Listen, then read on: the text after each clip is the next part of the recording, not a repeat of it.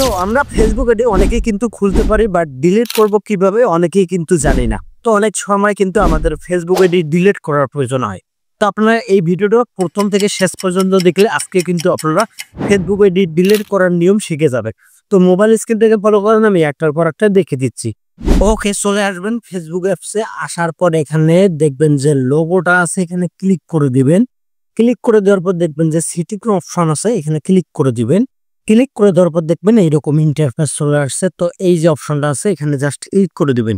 Click করে দেওয়ার পর দেখবেন যে এইরকম ইন্টারফেস চলে আসছে। তো এখানে দেখবেন যে পার্সোনাল ডিটেলস অপশনটা আছে, জাস্ট এখানে ক্লিক করে দিবেন।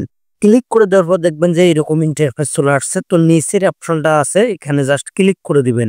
ক্লিক করে দেওয়ার পর দেখবেন যে এইরকম ইন্টারফেস চলে আসছে। তো মাঝখানের অপশনটা আছে, জাস্ট এখানে ক্লিক করে দিবেন। ক্লিক করে দেওয়ার পর দেখবেন যে এইরকম ইন্টারফেস চলে আসছে। তো নামের উপর আমাদের ক্লিক করে দিতে হবে।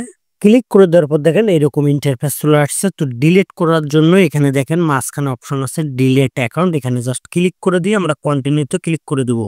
ক্লিক করে দেওয়ার পর দেখেন এরকম একটা ইন্টারফেস দিয়ে দিছে। তো এখানে তারা বলতেছে যে এটা কি কারণে আপনি ডিলিট করতে চাচ্ছেন। তো এটা আমাদের যেহেতু পার্সোনাল বিষয়, সেক্ষেত্রে আমরা উপরেরটা সিলেক্ট করে দিয়ে কন্টিনিউতে ক্লিক করে দেবো।